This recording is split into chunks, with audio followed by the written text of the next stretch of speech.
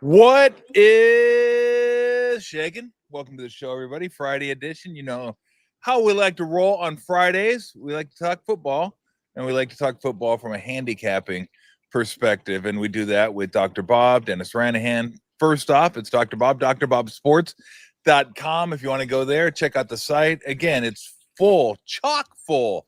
And I don't get to use the word chalk very often, except when I say chock full. Although chock full of nuts was a coffee. You got to be like really old to remember that commercial. Chock full of nuts is that wonderful coffee. Anyway, but I don't get a chance to use it enough. But it's chock full of information. If you just want to be a better college football fan, you want to know the game a little bit better, go there.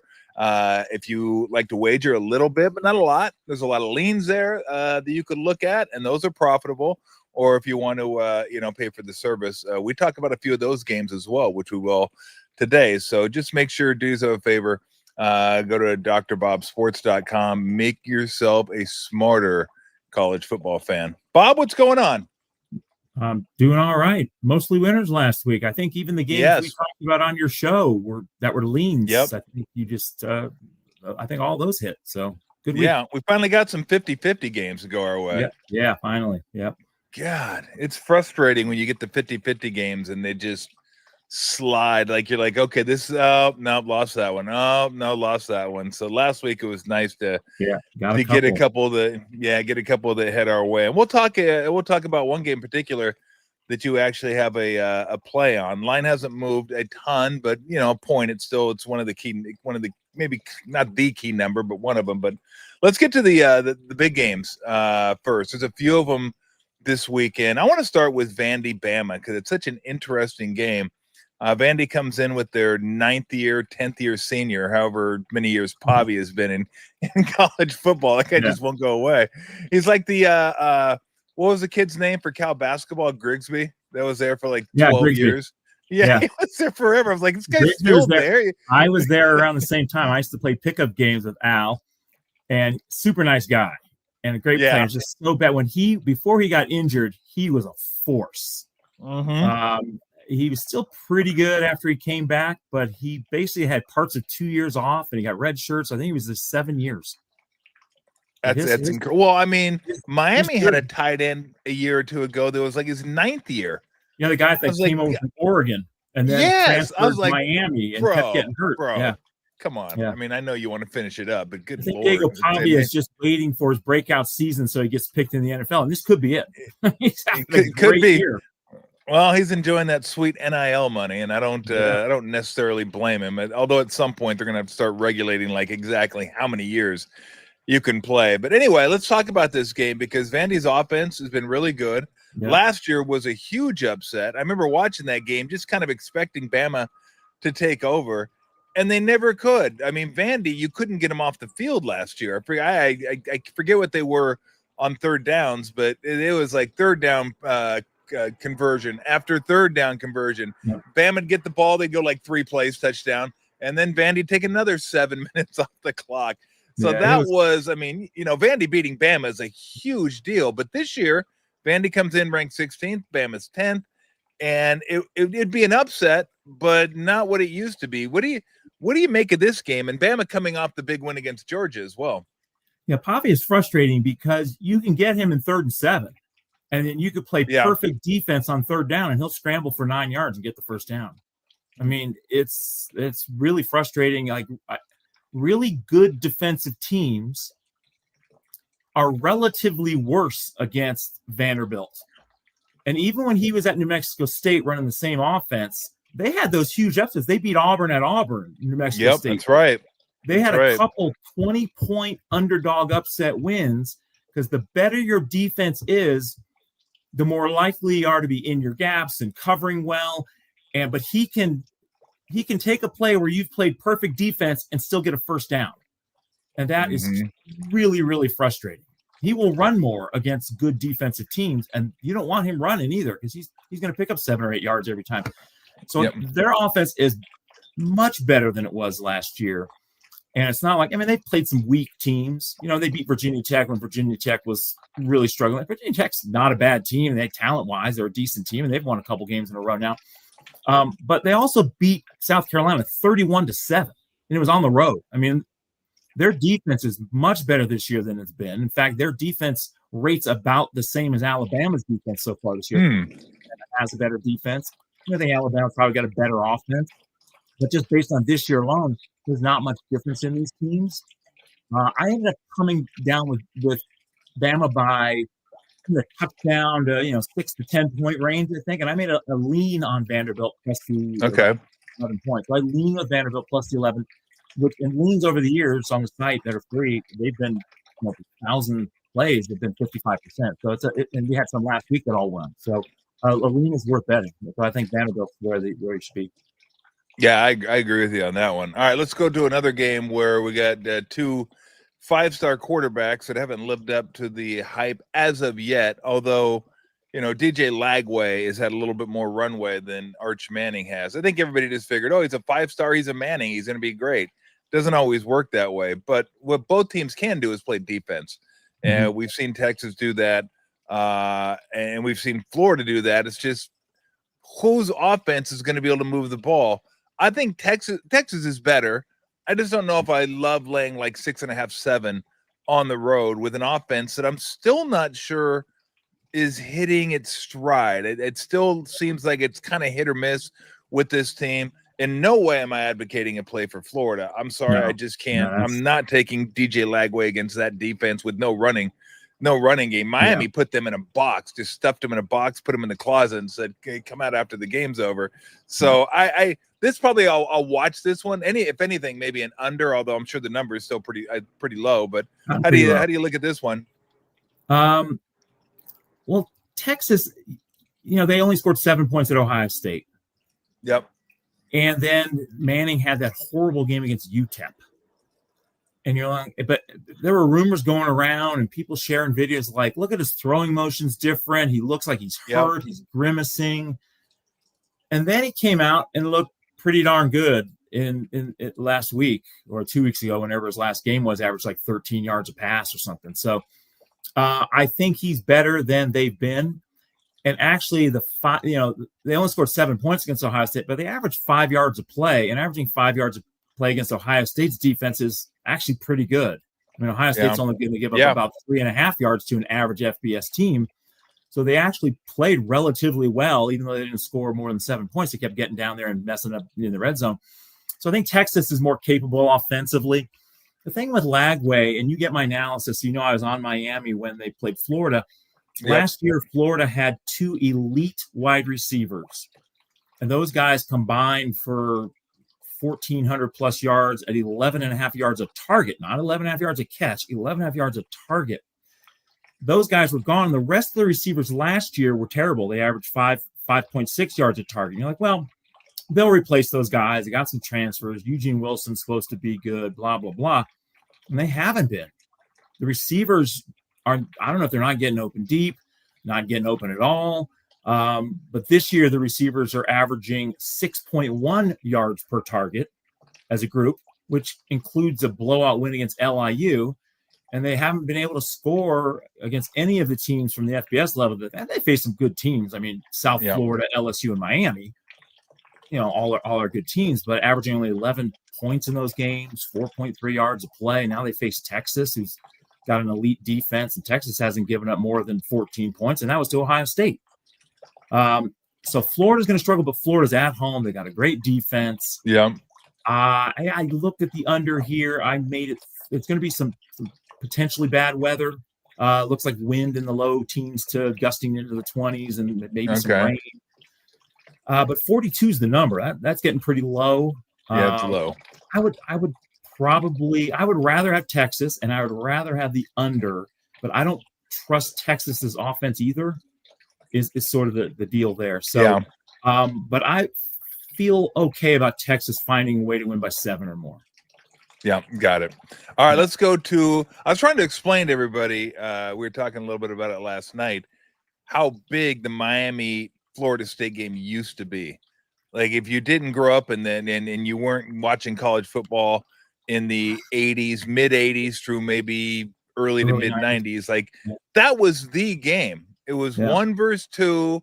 A lot of them were like that. It was like the Labor Day game, kick off the season, Miami, Florida State, NFL dudes, Hall of Famers, just littering the field. And back then, it was even more of a big game because you didn't get a chance to lose twice and play for a national championship. So everybody remembers that followed it wide right, Florida State wide right a couple of times, even though they maybe had better teams, should have won, could have won, didn't win. This is the first time, I think, since then that I've been as excited to watch a game. Now, Virginia beating Florida State took a little bit of the luster off of this game, but it's still, this feels like you're not going to have all the NFL guys those games used to have, but it still feels like a big game. Miami's defense is probably, along with Ohio State, if not the best in the country, top 5 in the country. I think you can say. I mean, they're really good. State has a good defense. They're up there. So I don't know. I mean, I kind of wanted to take Florida State early, but the line's been going that way. I was like, oh, they lost to Virginia. Maybe I'll get a couple extra points. I think everybody thought that way. This is different. You're at home. Crowd's going to be going nuts. They got the tomahawk chop. I'd probably stand the whole game. Sit down for a little bit. They give the people, and they're not going. Nobody's going to want to sit down there. But how do you see this one? I'm excited to watch this one. This guy takes me back to the 80s. Like, oh yeah, I remember when this used to be a massive game. Yeah. Where's Bobby Bowden now? Bobby Bowden. Those are some great teams. This is a good game. I like both these teams. I thought both these teams were underrated heading into the season. Obviously, Miami was considered to be good, but I had them to be really good because I thought Carson Beck was going to be better this year than he was last year at Georgia. Or 2 years ago at Georgia, he was great. So, I really like the system that Miami runs, and he's been good. Carson Beck's been good. The defense has been outstanding. New defense coordinator. Florida State's changed their defense, their coaching staff as well, and now they got Gus Malzahn running the offense, and Castellanos doing his thing, running, throwing. I thought he was good at BC and got hosed last year, getting replaced by a guy that I think is terrible. So I don't blame him for transferring, but he's found a home here, and his offense really suits him. And even last week when they lost, I mean, they outgained Virginia 515 yards at 6.5 yards per play to 440 yards at 5.2 yards per play. So they outplayed Virginia most of that game, and just didn't get some breaks. And then Florida State also moved the ball pretty darn well against Alabama earlier in the year. So they've proven that they can do, move the ball against a good offense, similar to Pavia, which we talked about, having a running quarterback that can drive teams nuts. And these guys with these really athletic defenses, all that misdirection that Malzahn does, I think works relatively well against better defensive teams also. Remember some of those teams he had at Auburn were, did their best work against really good defensive teams. Used to drive Saban nuts when they play. So I think Florida State can score points. I think Miami's going to be able to score some points. Florida's defense is really good. I don't think they're as good as Miami's defense, which is elite. So I think both teams are excellent. I think Miami's a little bit better. And I have Miami by 2. I think your instincts are right. This line was 6 earlier in the week, and I was like, maybe I'll jump on this. And just by the time I gave it a second thought, the line moved to 4.5. I was like, well, maybe not now, but I'm not going to bet the game. It's not even going to be a lean, but I'd still rather take anything more than a field goal if you're going to bet it. But I'm not recommending it. All right. Before we get to one of the games that you liked, I got to ask you about Cal. We were right on Cal. You said tip of Cal. That was boom. It was like, and that was a game I didn't even really do a lot of the due diligence on it. I just said, yeah, that'd be typical. You get blown out by San Diego State, you go all the way cross country, and you win a road game. And they did. It was perfect Cal. I know Duke's been a team that's kind of been. I mean, they've been good this year. It got me one time that I forget who. I don't know if you had him and I just had him. I had him against Tulane. That's what it was. Yeah, and they got off to just a brutal start. They averaged like 7.5 yards a play or something. And wasn't that the game they were -4 in turnovers or something? That was Illinois. Yeah, it just it was. Then they got off to a slow start and they just couldn't. Yeah. But they got to come all the way across the country now, and they're laying. I think it's 3 to Cal. Last I saw, 2.5. Really, yeah, it's both. Okay, what do you make of this one? A little bit of 2.5. Duke's really good offensively. I mean, Darian Mensah was fantastic at Tulane last year, so he's the Duke quarterback now. And aside from that game at Tulane, he's been great in every single game. Even the game they lost to Illinois, they were -5 in turnovers or something and outgained Illinois. So that was a little bit misleading. The problem is, and they play good teams, Illinois, Tulane, NC State, Syracuse, and they're averaging 32 points and almost 7 yards of play against 4 legitimate teams. Cal's defense usually pretty good all the time every year under Wilcox. This year they've struggled a bit. I mean, the last 2 weeks, San Diego State and Boston College, they gave up over 6 yards of play in both games, but they played well against, their first few games. So they need to bounce back, though. They can't be playing like they played the last couple weeks if they're going to handle Duke. But then again, Duke's defense has not been very good. They're giving up 6.4 yards per play and over 400 yards a game to the FBS teams I just mentioned. And Cal, although, the young quarterback's getting a lot of praise, they're an average offense. I mean, you just look at their statistics. They haven't gained more than 375 yards in any game against an FBS opponent. It's not like they're, shooting at 450 or 500 yards. They got a good quarterback, and I think he's going to be really good, but the running game's terrible. I think they'll be able to move the ball against Duke because Duke's defense has been, they've shown a lot of holes. Like normally Manny Diaz has a really good defense. This year, there's been some holes in that Duke secondary. So I think that the Cal pass game is going to work. And there's going to be more possessions because Duke plays at a fast pace. But I think it's going to be a really good game, really fun game. And I made it, my math made it Duke by 3, which is what the number is. Yeah. But the underdog in Cal games, we've talked about this before, 5-0 this season against the spread. Under Wilcox, the underdog in any Cal game is 62-34 against the spread. And they're 15-5 as an underdog in Berkeley. They almost beat Miami last year, for goodness sake. So, this year they already have an upset win at home against Minnesota. So this feels like I'd rather have Duke. I'd rather have Cal plus the points just because it's Cal. You might as well just take the points if you don't have an opinion. And I made it 29-28 Duke. So if there is points to be had, I guess I'd rather have them. But I don't recommend a bet on it. Yeah, if you're going to bet Cal games, take the points. Doesn't matter who gets them, just take them. All right, let's talk about the one game that I know you released this, Kansas State and Baylor. And interesting because Kansas State won last week. They beat UCF. I watched them play. I've seen them play a couple of times this year. And the 2 times I watched them play, I got to be honest, I wasn't that impressed against Iowa State. Wasn't that impressed against Arizona. But I haven't seen enough of Baylor. The games I've watched them, Bob, like really good offense. They can really move the ball. They can really give up some points. And it's one of those kind of high variance games. How do you see this? Because Cal was getting when you released it was 6.5. I saw it's down to 5.5 now. I don't know how big a key. I mean, 6 is a key-ish number, I guess, at minimum. Yeah. So how do you think 5.5 still good? And how do you see I think it's still worth a bet, even down to 5. Okay. I mean, it was a full unit play at +6, and I think down to +5, it's a half a unit play. But I still think it's a good bet on Kansas State. When they started the season, obviously not very good. They're only 2-3 straight up.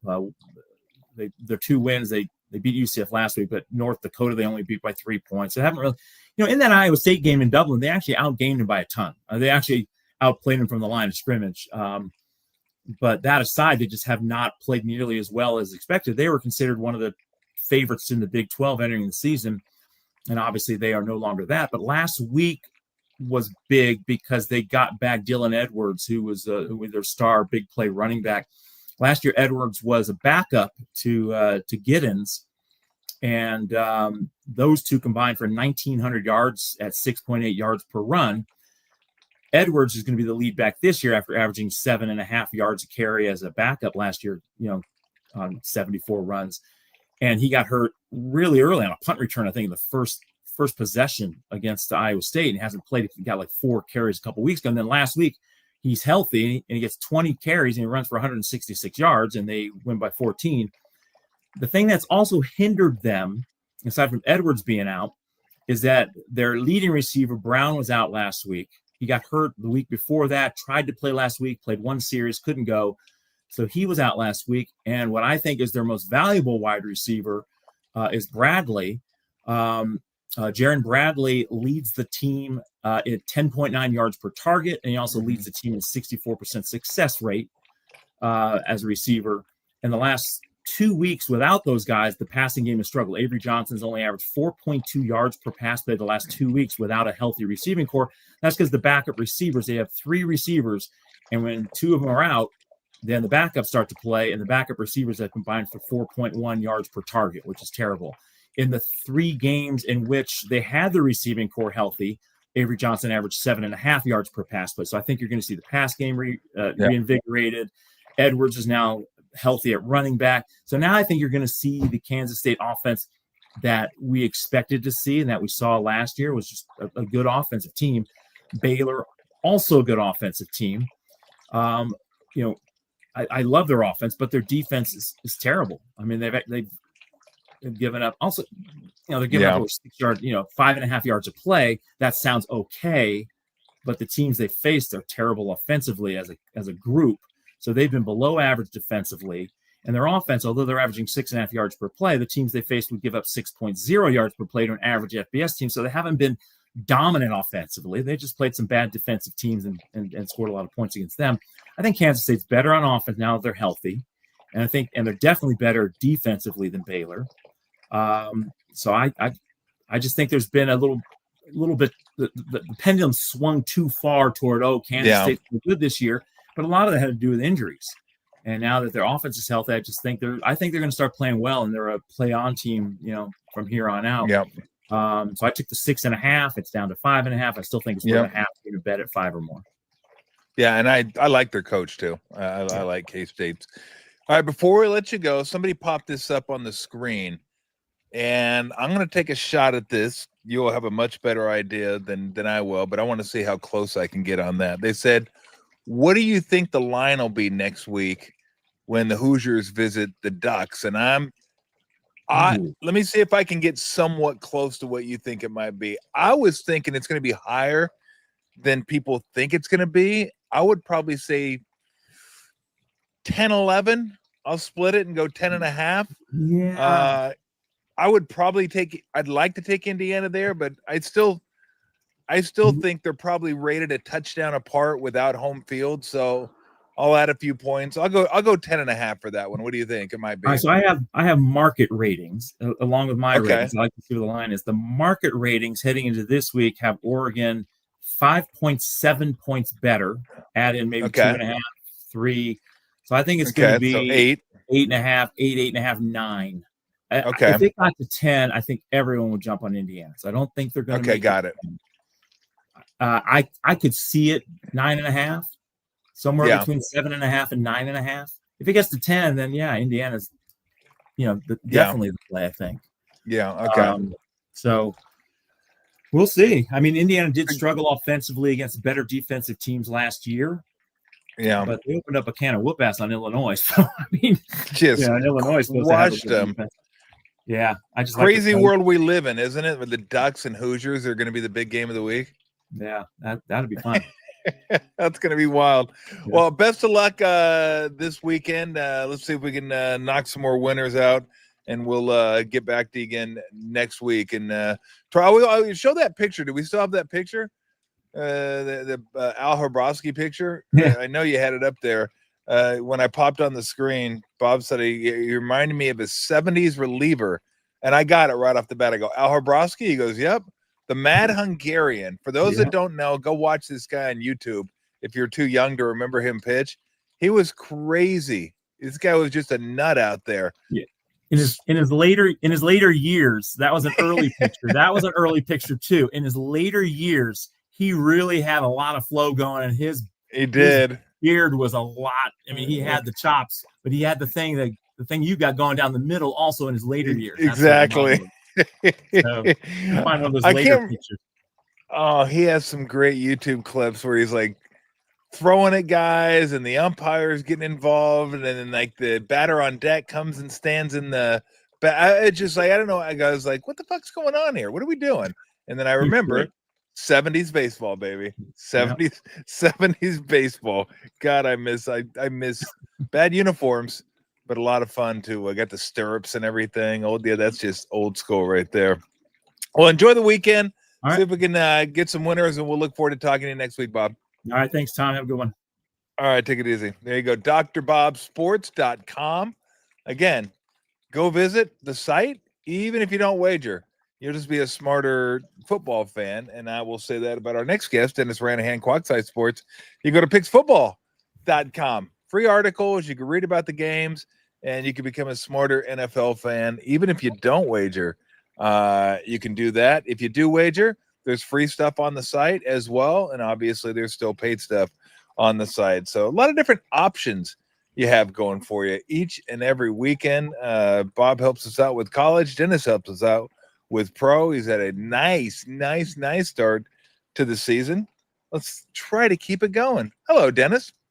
How you doing, Tom? I tell you what, I was listening to the NFL Network today. I enjoy that show when I'm in the car on the radio. Yeah. There's nothing else to listen to on the radio now other than NFL Network. Thank you. I was listening to him, and what I feared, they said was a possibility. And that was, do you think it was a mistake to sign Purdy? Do you think they're second guessing now that Mac Jones has won a few games, that maybe Mac Jones is the answer in San Francisco over Purdy? And it's like, oh man. They react to things as if it's all about talent as opposed to situation. Yeah. And in a particular situation, a team's gonna bounce up, and it just happens to be those players on the field at the time.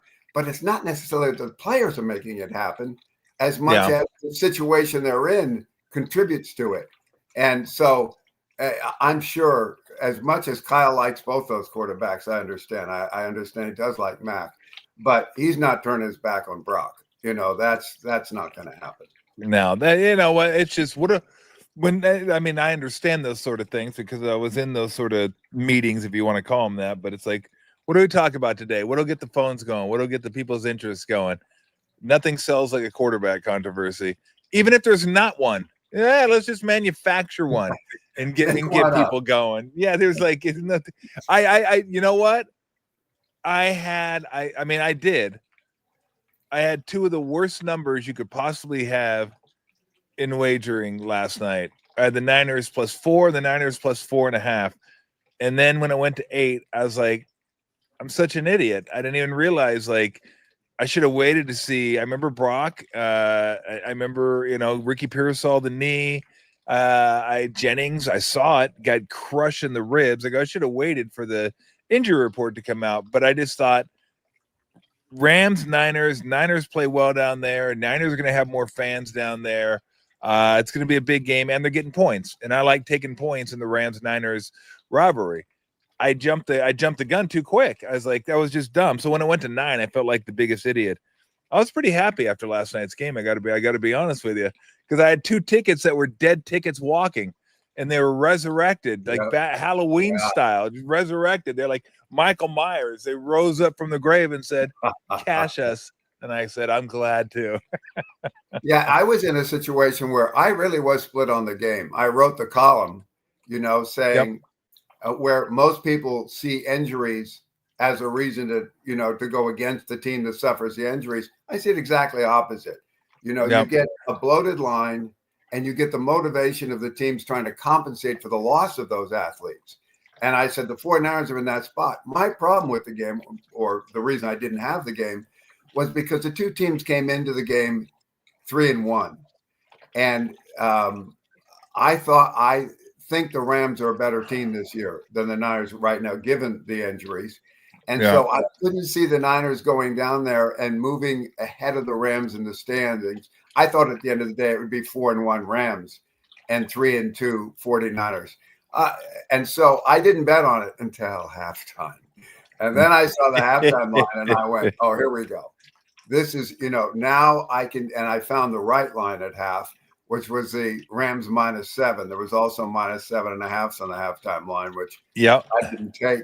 So I had, for the game, I always take a halftime line and immediately apply it to the game. So in this case, I had the Rams +3 in the game, by taking the -7 for the second half, the halftime score there was 17-7. And I thought I was the winner all night as I watched the game unfold.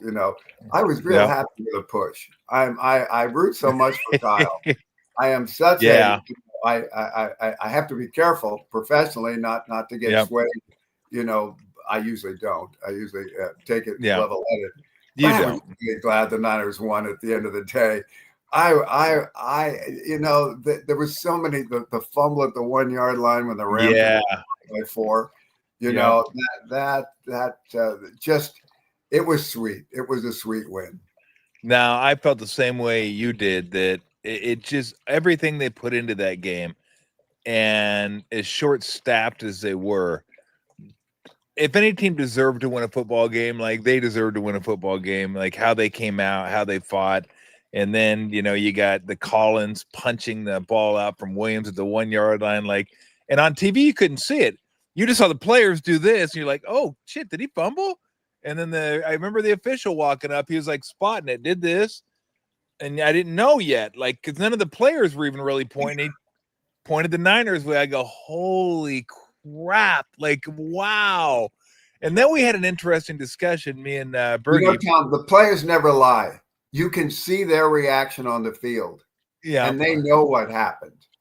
I couldn't even tell from that one, though. I could see what? The 49ers are pointing like, that's our ball, and they weren't doing I hope it's our ball.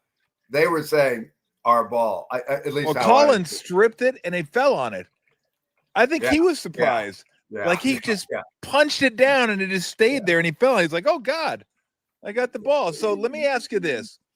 So Bergie and I were talking last night. He does the post games with me about the 3 runs at the end of the game where they had the ball at the 1 yard line and just wedged it out, and then punted it. And I didn't have a problem with that, at all. 3 runs. If they wanted to pass, I wouldn't have killed that either, but I get the 3 runs. Now, here's a discussion we had. They've exhausted all their timeouts with about 55 seconds left. Do you roll the dice knowing that you're probably going to put them in pretty good position to at least get a field goal and go to overtime? Or do you take the safety, kick it from the 20, gain 20 yards of field position, now knowing that a field goal beats you? I think they did the right thing, but I was thinking, wow, what would I do? If I knew I could get them down to the 10, then I might say, screw it. Let's just go ahead and wedge it out there and see if we can roll the dice. But I guess when it becomes loss versus tie, I guess that's probably obviously where you're going to lean. Yeah, I was watching that play from so many different angles. First of all, no, I wouldn't have taken the safety there. You can't turn it in where a field goal can beat you. That opens up too much of the field, particularly since these field goal kickers, the Rams kicker hasn't had a particularly good run of it, but the kickers in general, they're hitting 60-yarders I know. It's unbelievable. 35-yarders. But there was 2 things that I noticed. I said, I said, this is stupid. They're going to run the ball in 3 times and punt it out of their end zone. It's because, and that's what they did. What they take off? 12 seconds. It took 12 seconds off the clock. Now, they did burn the Rams 3 timeouts, so that was a benefit. But I said, and then the offensive team will get the field. You're trying to stop them, and they're able to complete passes. If this defense is sitting there thinking they're going to run into the middle, can't you complete a pass in that setup?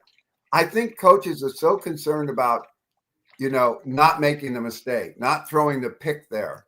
Yeah. That the safe thing to do is just run in the line, and that's what the book says. I hate that. I hate another thing. I was watching the baseball games earlier, the playoff games, and there was a fly ball to the Yankees. There was a fly ball the Yankees hit into left center. Yeah, and it looked like it was going to get down, but you didn't know for sure. And so there was runners at first and second, and the runner kind of went to shortstop and then hesitated back, and then it dropped, and then he only got to third. And I've seen that so often that the teams are so afraid of taking the chance of just go score that run. If it's a double play, it's a double play. But it's always dropping in, and they're always taking one base. The Giants were playing the Mets once in a 1-0 game in the 8th inning, and it was a similar kind of play. And the Giant held up to see if it was going to drop. Run, man. No one's hitting the ball at all. And it did drop. I think they're so concerned about not getting hung out and getting the easy double play because you're at home plate and they doubled you up at second.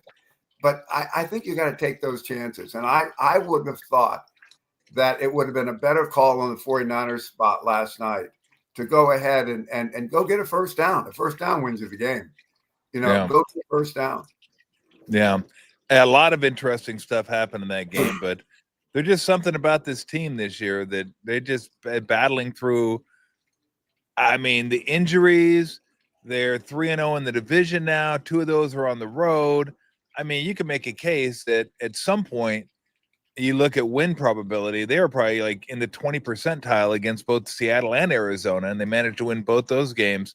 When you see that, you've been watching football a long, long time. When you see a team start off that way early in the season, does that have is there anything that leads you to believe the season's going to go one way or not another, but is it going to go their way? Is it just like, I hate to say magical carpet ride, but when teams do that and they get that type of belief that they can win, even if they're trailing, even if the circumstances dictate, maybe they're not, even if they're injured, they find ways to win.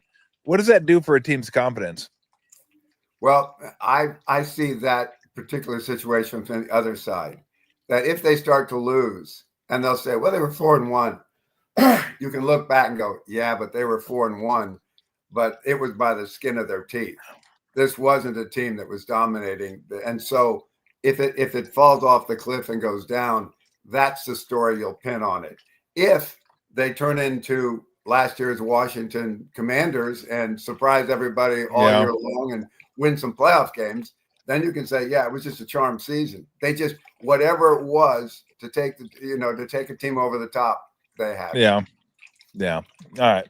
Let's get to some games, shall we? We have no Niner game to talk about because that happened. That's what Bella wanted to do, by the way. I could see it in her eyes. Bella was saying, when are you going to talk about the games, Tom?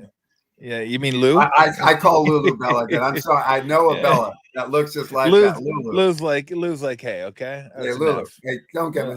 Look at that. Lifted her head up, took a look at me like, what do you think? Well, I mean, I actually did it. I lifted my leg. Yeah. You thought she went, what are you talking about? I thought Lulu, and then she put her head back down. All right, let's talk about one of the better games of the card. The Broncos going to the Eagles, 3.5. And interesting game because the Eagles feel like the Chiefs of last year where they just keep winning games. But after the game, you're like, I don't know if I can trust what I'm seeing because the numbers are telling me something different. And I look at the Eagles team and, their offense is kind of busted right now. Barkley's just been okay the last few games. A.J. Brown is doing his A.J. Brown thing. And look, I don't blame the guy for being upset. You want to contribute, you want to play. It's better if you keep it in-house and not mention that stuff on social media, but whatever. Jalen Hurts doesn't seem to be throwing the ball as well as he has. Maybe the new offensive coordinator isn't meshing with I don't know what it is. It's just they're not the Eagles. Like if you saw the Eagles are 4-0, you'd be like, oh, man, they must have been – it's not that type of 4-0, but it is still 4-0. Denver, however, has, they've kind of been a little shaky. They got us on Monday night against the Bengals. And by the way, the Bengals and the Titans right now are on my do not bet list. I'm not betting them. I want to see them play at least a competent football game before I'm going to trust them. I'm starting to learn that lesson a little bit, Dennis. Like some teams you just got to let go. You can't keep hanging on to teams. I hung on to Carolina far too long 3 years ago. I hung on to the Browns 8 or 9 years ago. Just sometimes you got to say, prove it to me. Prove it to me you're a competent NFL football team, and then I'll maybe think about investing some of my money. But the Bengals look good on Monday night. How do you see this? Or, I'm sorry, the Broncos look good. How do you see this one? Because 3.5 does seem like somewhat of a short number, but I'm just not. I don't trust the Eagles right now. Yeah, I still trust the Eagles. Do you? Okay. I think they're a winning team. I don't trust the Broncos yet. I still have them charted having a down year, and they handled the Bengals decisively on Monday night. Interestingly enough, I don't usually complain about official calls, but there were 2 calls in that game. I went, wait a minute. We pulled them off sides to get a first down, and they said the center lifted his head and called it against us. That made a difference when it was 3-0 Cincinnati. And then the punt that the guy bobbled, he calls a fair catch, he bobbles it, and the defender's sharp enough to grab it right out of his hand as soon as it bounced up. And they said they didn't give him room to fair catch it. Yes, he did. He'd given him room, and then he bobbled. Yeah, he did. And that those 2 plays made, a difference in that game. But what we got caught on with that in that Cincinnati game, I do believe, was that Cincinnati came into the game 2-1, and Denver came into the game 1-2. Yeah, and so we were asking the weaker team to move to 2 games ahead of their opponent. That's a tough fight. That wasn't overcome. Now you look at the Broncos going to Philadelphia. I think Philadelphia will be inspired to play this team, and I think they'll handle them. It's not a game that I'm excited about playing. I'm not on either side of, with any conviction. But yeah, I'm not cooled on the Eagles at all. I like that they're just winning games. I like teams that just methodically win games and don't feel like they need to win 34-3, but just go out and win the game. And they were fortunate to win the Rams game. The other games that they pretty much had in front of them, even the Cowboys game, if CeeDee Lamb would have caught a couple passes, the Cowboys, might have clipped them on opening day. But I'm not. I'm still down on the Broncos. I still have a category of coming off, going from last place to the playoffs. 1 year almost always has a dark side to it. And I think only laying 3.5 points now, line opened at 4. My leanings would be to the Eagles in the game, but as I say, it's not a rated play for us. Do the Cowboys Jets excite you at all? I looked at the Cowboys. It excites me a lot. I looked at the Cowboys. I'm like, why these guys? Why are these guys favored? They got a bad defense. Go on the road. Like their offense is more than competent. I mean, although I'm not sure about Green Bay's defense now. I thought the Green Bay's defense was really good. Maybe they are. Maybe the Cowboys' offense is just that good, but they don't have CeeDee Lamb. Pickens has really picked it up for him. And Dak, whatever you think of Dak, he just is really good professional quarterback is what he is. Like, he may not be in the top 3 or 4, but he's right there and he's solid and he's a guy that you can win with. That being said, I don't want any part of this team as a road favorite in the Meadowlands. Like I like the Jets in this one. How do you see it? Well, when we've talked in the past, Tom, for years and said, yeah, we have to bet on bad teams, Here we are. I got a couple for you this week. This is one of them. The winless Jets. Oh, man. Give me the winless Jets. Yeah. The Cowboys, a bet on road favorite.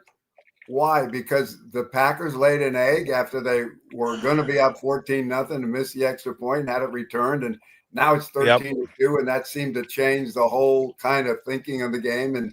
And they ended up 40-40. They could never stop them. The Cowboys couldn't. When push came to shove, the Packers were able to move the ball. It's a horrible defense.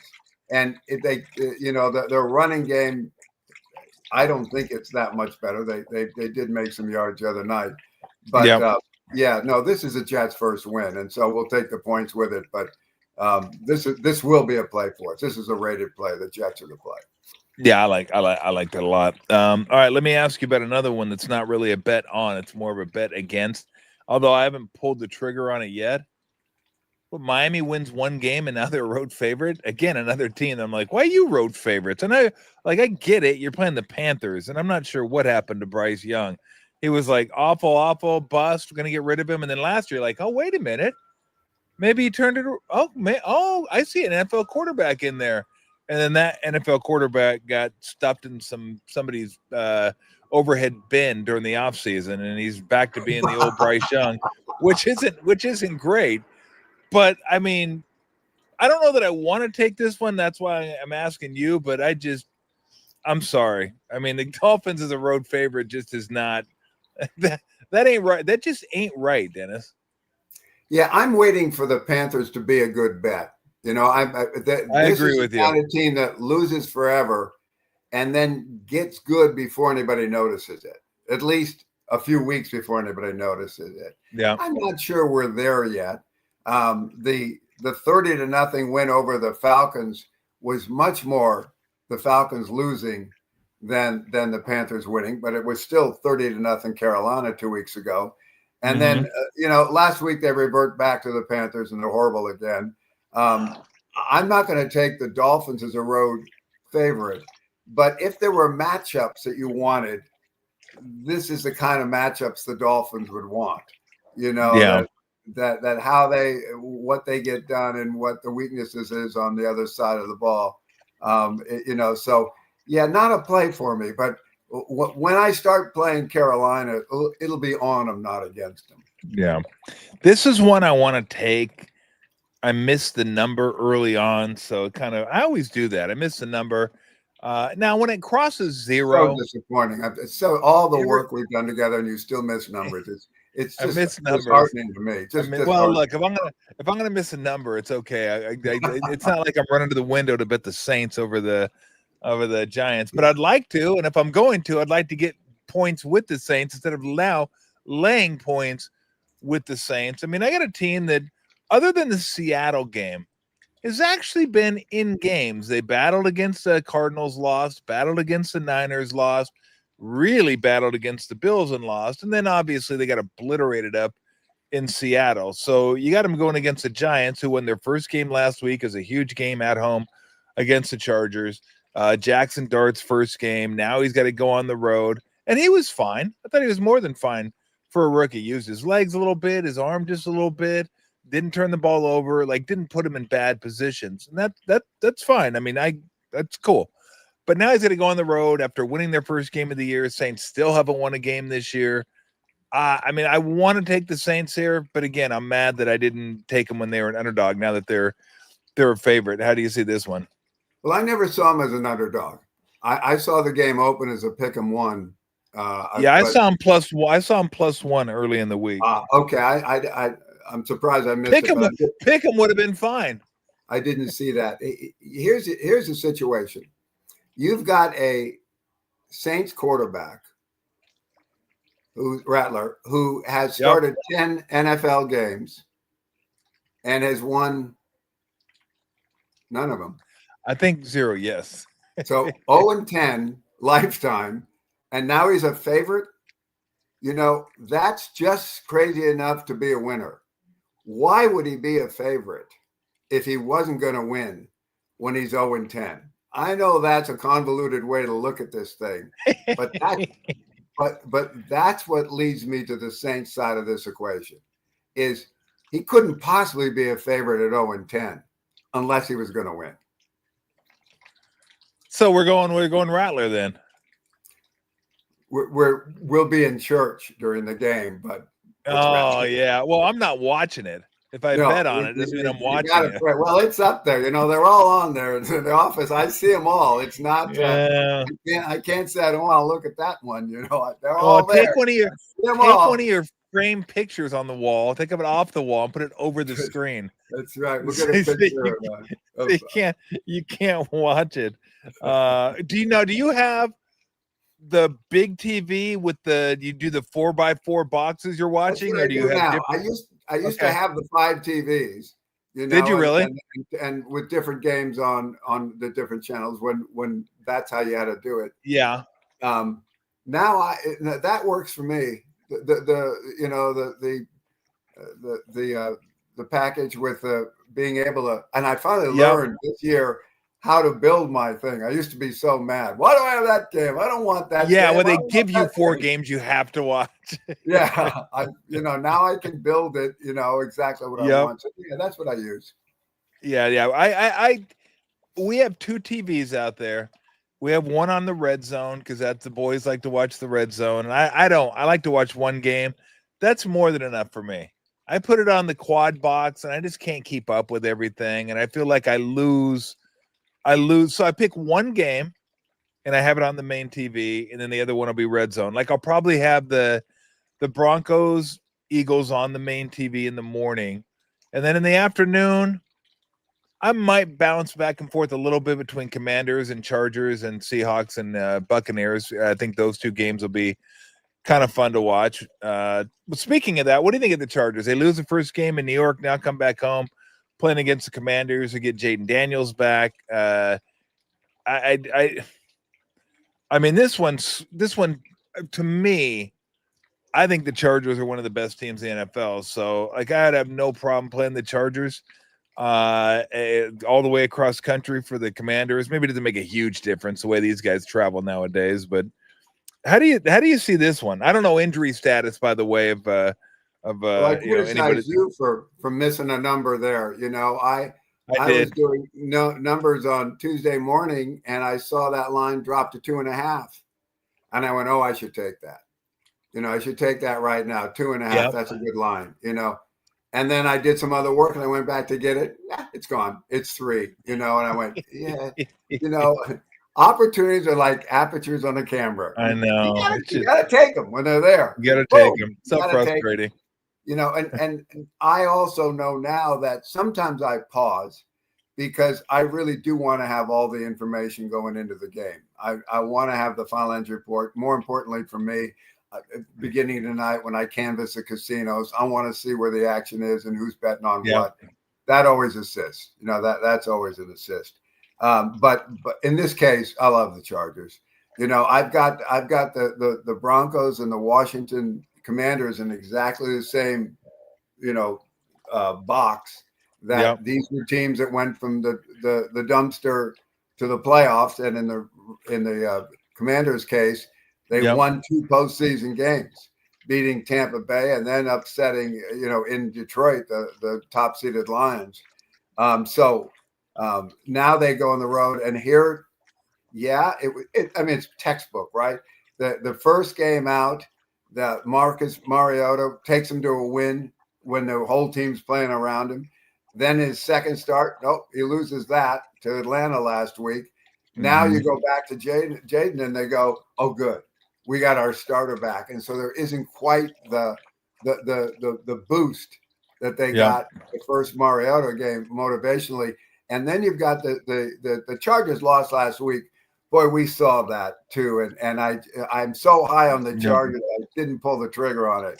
But I went, there's the Giants. I mean, I follow the sharpest book. And the sharpest book dropped that line to 5.5, at 9 a.m. last Sunday. Yeah. And I went, well, that's pretty obvious.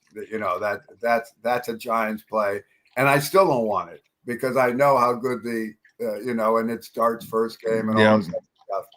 But so great. Lose when you're supposed to lose, Chargers, and you did. Yeah. I didn't come home. That's the only game we haven't had, only week we hadn't picked them last week. We'll be on them big time tomorrow or Sunday. Yeah, big time. Yeah, and it's a chance it could get back to 2.5. It's 3, I think, minus 105 right now. So Jaden Daniels helps that prospect. Him coming back. There might be some people that bet on him getting points. Yeah, they might. I think you could wait on that because it's not going to 3.5. So the worst you're going to get is 3. So you should be okay on that one. All right, I want to let you get to a game that intrigues you, but Seattle. I got to ask you, Tampa, Seattle. That's about as long a flight as you can take in the NFL, isn't it? I think Miami, Seattle is the longest. Tampa's got to be the second longest, like that. Now that's travel right there. Like I don't know how you feel about Baker Mayfield, but I've like completely went 180 on Baker. I think he's so much fun to watch, and he's so tough, and he's such a leader. And I just think he's turned into a really good professional quarterback. He's a little unconventional sometimes, but man, I don't know. There's better quarterbacks in the league for sure. But in the fourth quarter with the ball in his hands and they're down or close, like I just feel like that guy's going to make a play somehow, some way. So they don't have Mike Evans this week. They travel all the way to Seattle, who's 3-1. Darnold's been playing really well there, and obviously it's a tough place to play. Their defense is really good. This might be just a sit and watch game, or maybe not. What do you think?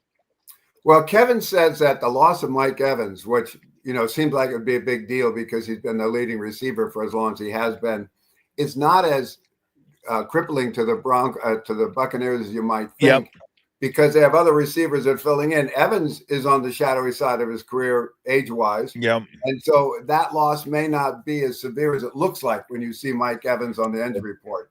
I agree with you, Baker Mayfield, and he's a chipper too. He's constantly talking out there. He's you either love him or hate him, and most people just have to laugh and go, "That son of a gun." He just doesn't let up. He just doesn't let up. I'm concerned about the injuries they're confronting on the offensive line, though. That can catch up with you. I don't want Seattle making that long journey and a 3-1 record off their win against Carolina. Arizona. They've had a little extra rest here because that was a Thursday night game. That's a long journey to take. But I'm not interested in the Bucs necessarily as a favorite right now, just because I think their injury situation and what the Philadelphia game did. Was it Philadelphia they played last week? Yeah. What that took out of them. Sometimes you play one of those games, you lose it tough, how quickly do you get back? We'll see what numbers, come up in the next 36 hours. But right now, this is, like you said, a watch it game. All right. If there's a game that I missed that you wanted to talk about that intrigued you a little bit, I feel like we had a bunch of games. I feel like we had most of the slate, but is there a game out there that you look at that you're like, this is intriguing? Oh, yeah. Oh, yeah. There it is. And you're going to hate it. You're going to hate it. Oh, no. I love games that I hate. Early in the show, you wrote this team off. Not betting on the Bengals anymore. Not doing it. Oh, what a spot. No. What a spot for the Bengals. What a spot for the Bengals. Wave it off.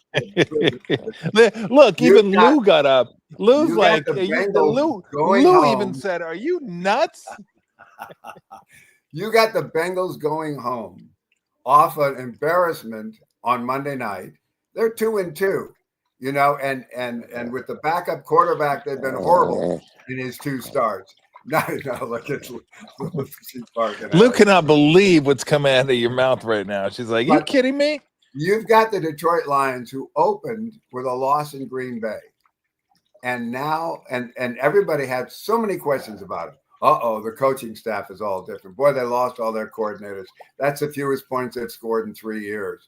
The 27-13 loss to the Packers. Yep. Oh man, maybe they're not good. Well, what did that do to them? Well, that just, hello, we're here. We're the Lions. We're still good. 52 against Chicago, 40 whatever against the next opponent. Now they've scored more points than anybody in the league again. They blew out their opponent last week. 3 big blowouts, and now they get to go play Cincinnati. Cincinnati Bengals. How easy can that be, Tom? Next week they play the Kansas City Chiefs. You might not think that they're looking over the fence a little bit at that. This is probably the top pick of the week, and it's the Cincinnati Bengals over the Detroit Lions. All right, I'm gonna have to cut you off now. That's it. I've had it. I can't do it. I don't know if I can do it again. You can either win. You can win for 6 days a week, or you can win on Sundays. They're not usually the same. Oh God. You're trying to ruin my Sunday, aren't you? No. I'm ruining your Friday and Saturday. Your Sunday will be fine. Okay, if you're gonna ruin my Friday and Saturday, and Sunday's better, then I maybe God, I don't know if I can do that one. Okay, I'll trust you. Oh, that's just it sickens but that's me. just it. On the Monday night. No, it makes perfect sense. At the end of the game, it was either Troy or Buck said, when the Bengals were stinking up the game, boy, next week, they got the Lions. Good luck there. And I went, yes, that's the kind of thinking I want. That good luck there. There's a sickness there. So there you go. So Jets, Bengals, and we'll see what other goodies we have for the weekend. Dennis, as always, a pleasure. Thanks for ruining my Friday and Saturday. We'll see about Sunday. But have a great weekend. Let's get some winners. We'll talk to you again next week. Thanks a lot, Tom. Have a good week. Thanks, Dennis. I appreciate it. He's so good. I love him. He is trying to ruin my weekend though. Bengals. I don't know that I could do that. I don't know. I mean, yeah, I know. It moved from 10.5 to 9.5. Like, and that's another one. Like, if I got 10.5, that's a huge number. 10's a big number. So maybe it goes back to 10. I should look right now. What are you doing, goofball? Look at this. She's like, all right, yeah, are we gonna it's 2:00? Huh? Yeah, aren't you? Oh, you're like, yeah, I'll just be your co-host today. I know. All right, we'll get on out of here. Before we get out of here, let me just say this because I had a lot of people ask me about this, about the Jonathan Kuminga situation and how it's going to play out. And look, I could talk about Kuminga all the time. Kuminga, you remember when Howard Stern said on Private Parts that he realized lesbians equal ratings? On a much smaller scale, I could talk about Jonathan Kuminga every day, and the numbers would be really good. I'm not going to do that. Why? Because it bores me. I don't feel like talking about Jonathan Kuminga every day.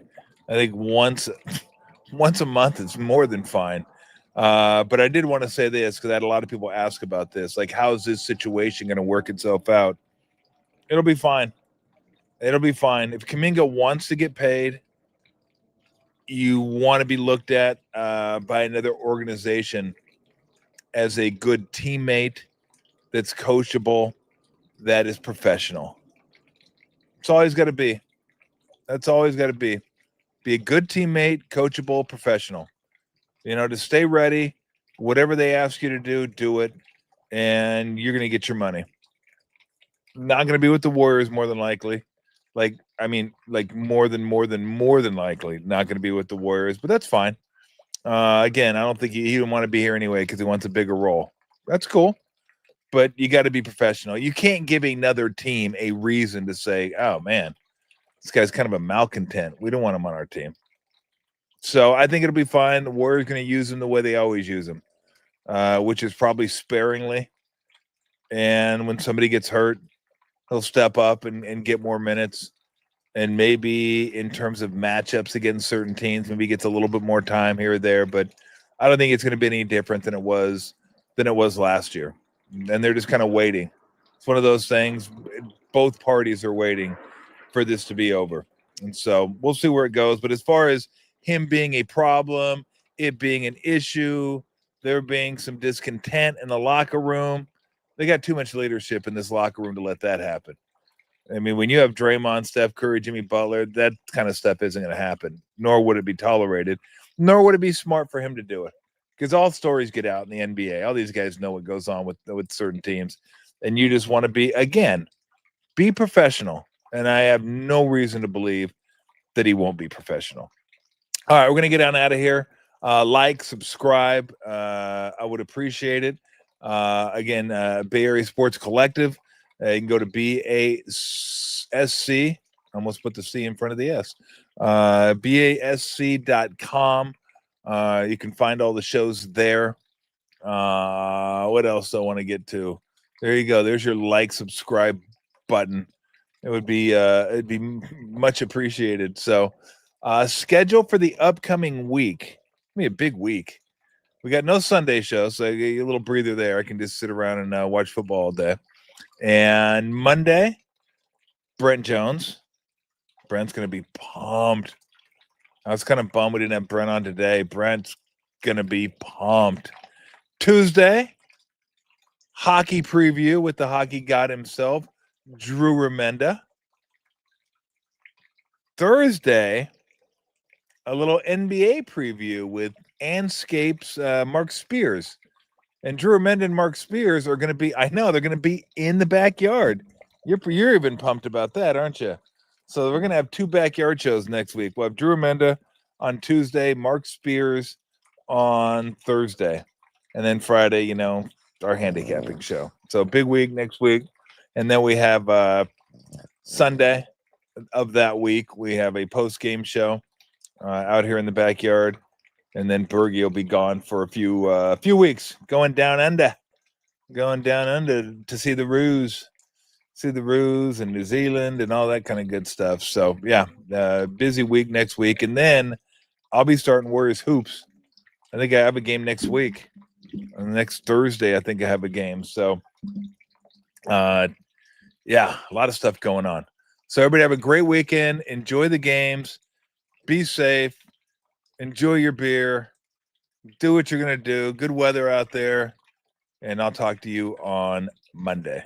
Till then, see you.